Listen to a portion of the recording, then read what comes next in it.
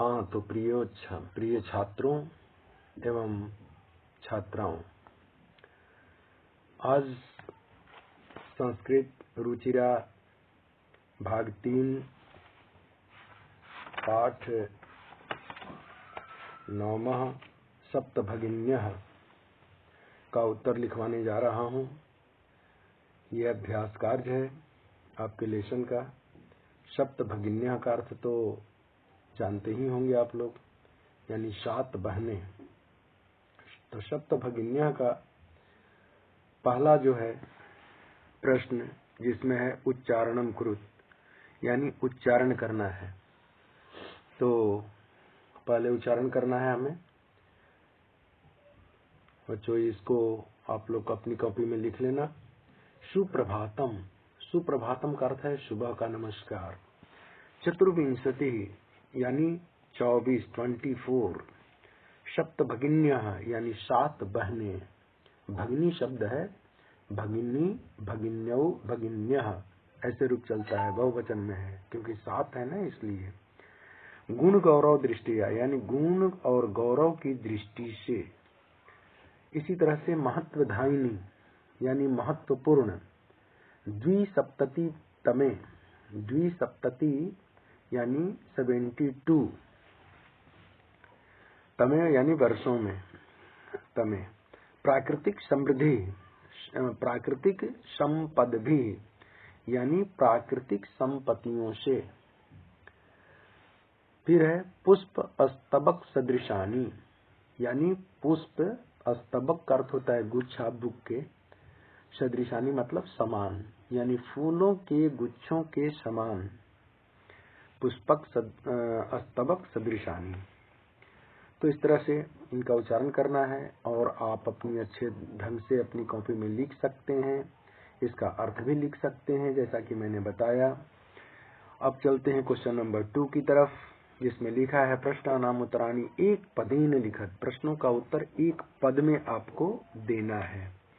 कैसे देना है अब देखिए। आपको कह रहा है कि अस्माकं देशे कति राज्यानि सन्ति, हमारे देश में कितने राज्य हैं।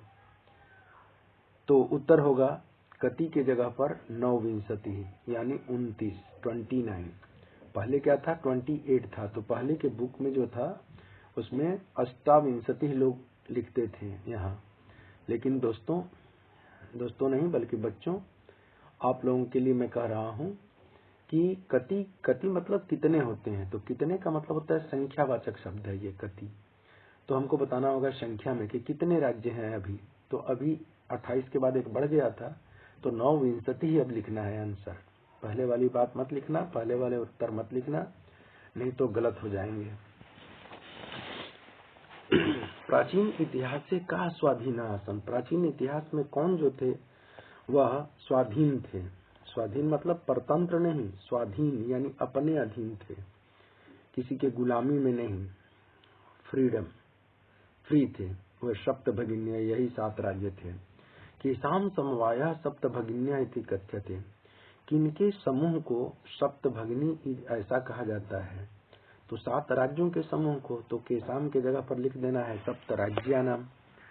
तो इस तरह से ये ग हो जाएगा। घ में देखते हैं क्या लिखा है। अस्माकं देशे कति केंद्र शासित प्रदेशाः सन्ति, यानी हमारे देश में कितने केंद्र शासित प्रदेश हैं। तो कति के जगह पर हमको लिखना है उत्तर में सप्त यानी 7 केंद्र शासित प्रदेश हैं। सप्त भगिनी प्रदेशे कह उद्योग सर्वप्रथम, 7 भगिनी प्रदेश में कौन सा उद्योग सबसे प्रमुख है। तो वो 7 जो राज्य हैं उसमें सबसे ज्यादा प्रमुख जो है वंश उद्योग है, यानी बांस का उद्योग। वहां पर बांस के कई चीजें बनती हैं, जैसे फर्नीचर में मैं बता दूं आपको, ये सोफा बनता है, चेयर बनता है, टेबल बनता है, ये सारे बांस की चीजें। यहाँ तक कि बांस के घर भी बनते हैं वहां, तो नागालैंड वगैरह में। अब चलते हैं पूर्ण वाक्येन उत्तराणि लिखत। क्वेश्चन नंबर 3 का पूर्ण वाक्य में उत्तर लिखना है। क में है भगिनी सप्तके कानि राज्यानि सन्ति, यानी भगिनी सप्तक यानी जो 7 बहनें हैं उसमें कानि राज्यानि सन्ति। कानि मतलब कौन राज्य हैं, यानी कितने कति नहीं है, कानि कौन कौन से राज्य हैं। अब देखिए सप्त राज्य तो मैं लिख दिया, 7 राज्य, अब 7 राज्यों के लिए यहाँ पर क्या था कि जगह नहीं था। 7 राज्य के लिए यहाँ पर क्या है कि जगह नहीं है। अब 7 राज्यों में से वही लिखना होगा आपको, 7 राज्य जिसमें मणिपुर, अरुणाचल प्रदेश, त्रिपुरा, नागालैंड, ये सारे राज्यों का आपको नाम लिखना है। अगर नहीं तो सप्त भी लिखेंगे तो काम चल जाएगा। 7 राज्य तो हैं। ख में देखिए, इमानी राज्यानि सप्त भगिन्यः इति किमर्थम कथ्यन्ते। ये इमानी राज्यानि यानी ये राज्य सप्त भगिन्यः यानी 7 बहनों के नाम से किमर्थम कथ्यन्ते क्यों कहा जाता है। तो क्यों इसलिए कहा जाता है कि सप्त राज्य जो है, सप्त राज्य समूहत्वात् यानी 7 राज्यों के समूह के कारण, समूहत्वात् है, लास्ट में त्वा दिखाई दे रहा है, तो छूटा हुआ है, तो हलंत है। तो सप्त राज्य समूहत्वात् यानी 7 राज्यों के समूह के कारण ये राज्य सप्तभगिनी के नाम से जाना जाता है। सप्तभगिनी प्रदेशे के निवसन्ति, सप्तभगिनी प्रदेश में कौन रहते हैं। तो के जगह पर लिखना है कि बहवः जनजातियाः निवसन्ति, बहुत से जनजाति रहते हैं। वो कौन कौन जनजाति हैं, तो गारो, खासी, नागा, मिजो प्रभृतयः इत्यादि बहवः सन्ति, ये सारे बहुत सारे हैं। इस तरह से घ में देखिए, घ में क्या है, कह रहा है कि एतत् प्रादेशिकः कई निष्णाताः सन्ति। ये जो प्रादेशिक हैं वह किसमें निपुण हैं। तो एतत् प्रादेशिका बहुभाषा भी समन्विता, बहुत भाषाओं में भी इनका समन्वय है। 7 राज्यों के में इनकी थोड़ी सी भाषाएं अलग अलग है, फिर भी ये समन्वित एक रूप में रहते हैं। पर्व परंपरा भी परिपूता है, यानी पर्व जो परंपराओं से आ रहा है, जो इनकी परंपराएं हैं, ट्रेडिशन जो है इनके पर्वों का, वह क्या है, तो परिपूता, परिपूता मतलब परिपूर्ण है, पवित्र है, परिपूर्ण है। इनके जो पर्व मनाए जाते हैं आज भी उसी तरह से मनाते हैं जैसे पहले मनाते थे। हम लोगों में भली कमी आ सकती है, लेकिन इन 7 राज्यों के पर्वों में कोई कमी नहीं आती। स्वलीला कला भी स निष्णाता सन्ति, और अपनी लीलाओं में और कलाओं में भी ये निष्णाता मतलब निपुण है। अब देखिए लास्ट प्रश्न का है इनका, क्वेश्चन नंबर 3 का, कि वंश वृक्ष वस्तु नाम उपयोग कुत्र क्रियते। वंश वृक्ष वस्तुओं का उपयोग कुत्र क्रियते, कहाँ किया जाता है। तो उत्तर होगा वंश वृक्ष वस्तु नाम उपयोग वस्त्र भूषणेभ्य, यानी वस्त्र के भूषण आभूषण बनाने में, वस्त्रों के लिए। और वंश वृक्ष निर्मिता नाम, बांस के वृक्ष से निर्मित वस्तुओं के उपयोग में, वस्तु नाम उपयोग क्रियते, ये आंसर हो जाएगा। अब देखिए क्वेश्चन नंबर 4 है, रेखांकित पदम आधृत्य प्रश्न निर्माणम कुरुत। रेखांकित पद से आपको प्रश्न बनाना है। जैसे वयम स्वदेशस्य राज्यानाम विषय ज्ञातुम इच्छामि। तो वयम स्वदेशस्य यानी अपने देश के राज्यों के विषय में जानना चाहता हूँ। तो स्वदेशस्य से कस्य बन जाएगा, क्योंकि स्वदेश मूल शब्द है तो क लिख दिए, और अब पीछे स्य है तो स्य जोड़ दिए, तो कस्य हो गया। ऐसे क्वेश्चन नंबर देखिए 4 का ख, सप्तभगिन्यः प्राचीन इतिहासे प्रायः स्वाधीना एवं दृष्टा। कह रहा है कि सप्तभगिनी जो है प्राचीन इतिहास में प्रायः अपने ही अधीन थे, देखा जाता है।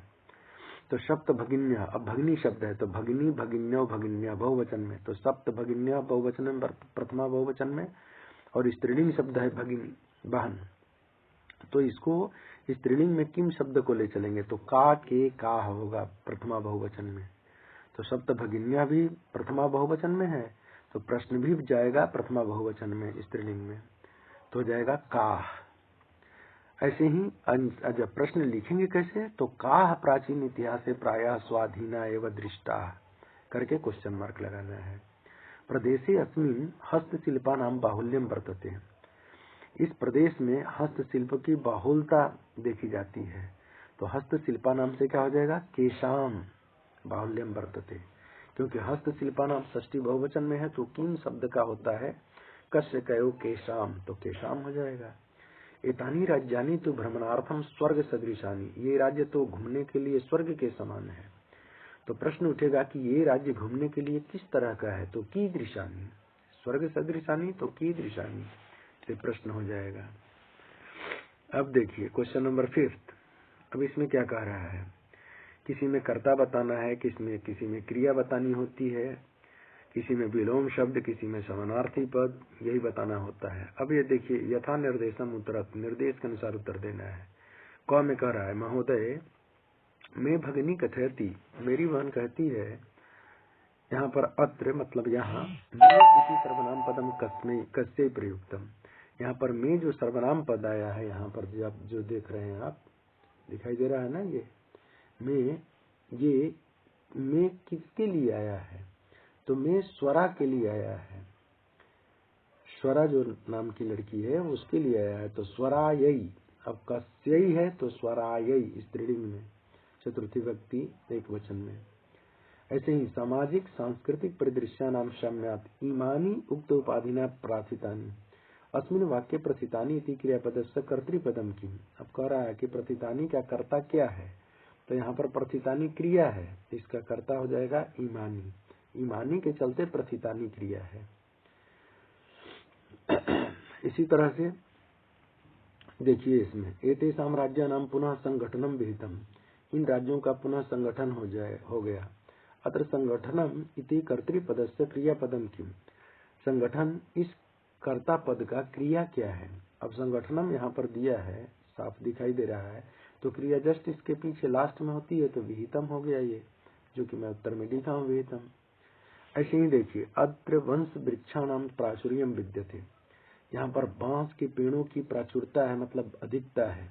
अस्मात् वाक्यात अल्पता इति पदस्य विपरीतार्थकम पदम चित्वा लिखत, यानी अल्पता जो शब्द है इसका आपको विपरीतार्थक मतलब अपोजिट वर्ड लिखना है। अल्पता मतलब कम होता है, तो ज्यादा के लिए क्या चाहिए, तो प्राचुर्यम, ये आंसर होगा, यानी अधिकता। क्षेत्र परिमाण ही इमानी लघुनी वर्तनते, क्षेत्र परिमाण की दृष्टि से अगर देखा जाए, एरिया से देखा जाए, तो ये सब राज्य बहुत छोटे छोटे हैं। वाक्यात संति इति क्रियापद से समानार्थक पदम चित्वा लिखा। तब करे कि संति जो क्रिया यहाँ पर आई है, संति क्रिया का क्रियापद का सिनोनिम्स क्या होगा, समानार्थक पद, तो वर्तन्ते। संति मतलब है, वर्तन्ते मीन्स है, तो यही आंसर हो जाएगा। अब देखिए यहाँ पर क्वेश्चन नंबर 6, पाठात चित्वा तद्भव पदानाम कृते संस्कृत पदानी लिखत। करा कि पाठ से चुनकर के तद्भव पदों के लिए संस्कृत पद लिखना है। देखिए पद क्या होता है, पद के बारे में मैं बता दूं कि आपका पद जो होता है ये व्युत्पत्ति के विचार से होता है, अर्थ की दृष्टि से होता है, रचना की दृष्टि से होता है। तो व्युत्पत्ति की दृष्टि से शब्द के 4 भेद होते हैं। कौन कौन, तो व्युत्पत्ति के विचार से तत्सम, तद्भव, देशज और विदेशज। तत्सम शब्द वे हैं जो हिंदी से संस्कृत में आते हैं। संस्कृत के जो शब्द हैं ये सारे तत्सम हैं, और संस्कृत के शब्द जब हिंदी में प्रयोग कर देंगे तो ये तद्भव बन जाएंगे। और देश के जो शब्द जो खुद से बने हुए भाषाओं से, अपनी भाषाओं से बने हुए जो शब्द हैं उनको देशज कहते हैं, जैसे लोटा। ऐसे ही विदेशज शब्द वे हैं जो विदेश से आए हैं लेकिन ज्यों के त्यों यहाँ पर हिंदी में प्रयोग किया जाता है, जैसे पोस्ट मास्टर, आपको इसके बाद आपका पुलिस, ऐसे ही कई ऐसे शब्द मिल जाएंगे जो कि आपको ज्यों के त्यों इंग्लिश से यहाँ पर हिंदी में प्रयोग किए जाते हैं। तो यहाँ पर जो शब्द दिया है तद्भव, जो शब्द दिया हुआ है यानी हिंदी का दिया हुआ है, इसको संस्कृत में लिखना है। जैसे सात हिंदी का शब्द हुआ, इसको संस्कृत में हम लिखेंगे सप। ऐसे ही बहन, बहन को क्या कहेंगे, भगिनी, भगिनी बोलेंगे बहन को। ऐसे ही संगठन को क्या कहेंगे, समवाया भी बोलते हैं, संगठनम भी बोलते हैं। ऐसे ही बांस के लिए क्या कहेंगे, वंशा बोलते हैं, वंशा मीन्स बांस। और आज के लिए अद्य बोलते हैं, अद्य मीन्स आज। खेत के लिए क्या कहते हैं, तो क्षेत्रम। ये सब संस्कृत के सारे शब्द हो गए, इधर हिंदी के शब्द हो गए। तो हिंदी के जो शब्द संस्कृत में आ गए ये सारे तत्सम शब्द बन गए। बच्चों ये प्रायः PT2 में और एनुअल में भी आता है। इस प्रश्न को ध्यान से जरूर देखना और जरूर करना, क्योंकि ये तत्सम शब्द में बनाने के लिए या हिंदी से संस्कृत शब्द लिखने के लिए ये सारे शब्दों का प्रयोग होता है, जो मैं अभी इस क्वेश्चन नंबर कौन सा है, ये क्वेश्चन नंबर 6 के अ में जो मैं बताया। तो ये बहुत ही इम्पोर्टेंट है। अब देखते हैं, ये भी इम्पोर्टेंट है, आ वाला भी 6 का। इसमें भिन्न प्राकृतिक पदम चुन, यानी भिन्न प्रकृति पद को चुनना है। जैसे गच्छति, पठति, धावति, अहसत और क्रीडति। इसमें देखिए सब में क्या है, गच्छति, पठति, धावति सब ई है। इससे थोड़ा सा अहसत जो है ना वो अलग हो गया, तो इसलिए अहसत हो जाएगा, क्योंकि सब में ती है, इसमें नहीं है। एक तो ऐसे हो गया, चुन गया। अगर जिसको व्याकरण का ज्ञान है वो क्या करेगा कि सारे लट लकार के हैं, गच्छति, पठति, धावति, क्रीडति, ये सब लट लकार के हैं। अहसत लंग लकार का है, इसलिए अहसत लिखेंगे आंसर में। ऐसे ही ख देखिए, छात्र, सेवक, शिक्षक, क्रीडक, लेखिका। अब ये सारे क्या है, पुल्लिंग है, और ये लेखिका स्त्रीलिंग है तो लेखिका लिख देंगे। ऐसे नहीं तो हम देखेंगे कि सब में विसर्ग लगा हुआ है, इसमें नहीं लगा हुआ है, तो ये उत्तर हो जाएगा, सबसे आसान तरीका।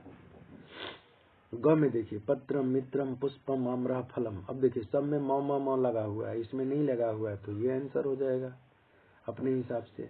और नहीं तो ग्रामर की दृष्टि से देखेंगे, व्याकरण की दृष्टि से देखेंगे तो सारे नपुंसक लिंग है, आम्रह शब्द पुल्लिंग है यहाँ, इसलिए आम्रह हो जाएगा। फिर देखिए घ में, व्याघ्र, भल्लुक, गज, कपोत, शाखा, वृषभ, सिंह। अब इसमें क्या है, ये तो सारे में लगा हुआ है, तो इसके अनुसार तो शाखा होना चाहिए था, लेकिन नहीं इसलिए होगा कि बाघ, भल्लू का मतलब भालू, गजा मीन्स हाथी, ये सारे जानवर हैं।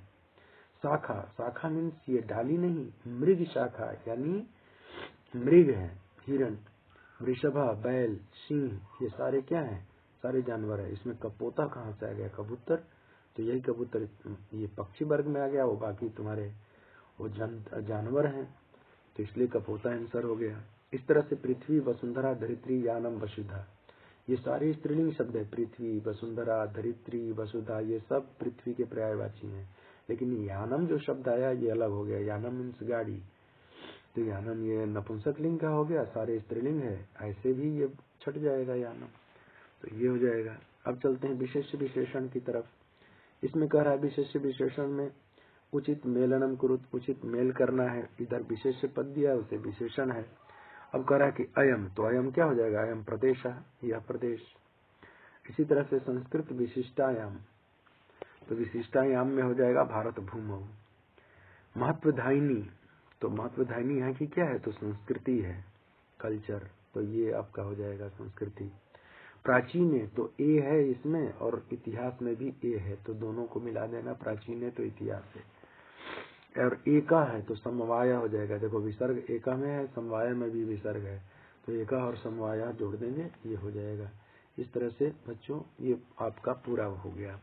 अब देखते हैं नीचे जो लिखा है, जो गीता विस्तार में एक श्लोक है, अद्वयम मत्रयम चैव न त्रियुक्तम तथा द्वयम सप्तराज्य समूहोयम भगिनी सप्तकम मतम। अद्वयम का मतलब होता है अ से शुरू होने वाले दो राज्य, वो कौन कौन से हैं, असम है और अरुणाचल प्रदेश है, इसलिए इसको अद्वयम कहते हैं। द्वयम मतलब दो होता है, अ से शुरू होने वाले दो राज्य, कौन कौन, अरुणाचल और असम। म त्रयम, म से शुरू होने वाले, त्रयम मतलब तीन राज्य, कौन कौन, मणिपुर, मिजोरम और मेघालय, ये तीनों म से शुरू होने वाले, तो 3 और 2 5 राज्य हो गए। और न चैव न त्रि, न से शुरू होने वाले नागालैंड, तो न हो गया, और त्रि से शुरू होने वाले त्रिपुरा, तो इस तरह से 7 राज्य हो गए। इन्हीं 7 राज्यों को 7 भगिनी कहते हैं। तो यही लिखा है तथा द्वयम सप्त राज्य समूहोयम, 7 राज्यों का यह समूह, भगिनी सप्तकम मतम, यानी यही 7 बहनें मानी गई है। तो इस तरह से छात्रों ये आपका चैप्टर खत्म हो गया, और इसका उत्तर आप लोग अच्छी तरह से, छात्र और छात्राओं दोनों के लिए मैं कह रहा हूँ, अपनी कॉपी पर अच्छे ढंग से लिखेंगे इसका उत्तर साफ सुथरा। और ये बहुत ही इम्पोर्टेंट लेसन है, आगे भी ये आएगा PT2 में भी और एनुअल में भी, तो मुझे बताने की जरूरत नहीं, आप लोग खुद समझते हैं कि सब्सक्राइब न भी कहें तब भी आप लोग समझते ही हैं कि क्या करना है। अगर पहले से सब्सक्राइब हो तो जरूर इसका उत्तर लिखें, अपने दोस्तों को बताएं, रिश्तेदारों तक भी बताएं, ताकि ये चीज थोड़ा सा और आगे बढ़े और हम इस तरह से वीडियो आपके पास भेजते रहेंगे। चलो दोस्तों, धन्यवाद। प्रिय छात्रों, धन्यवाद।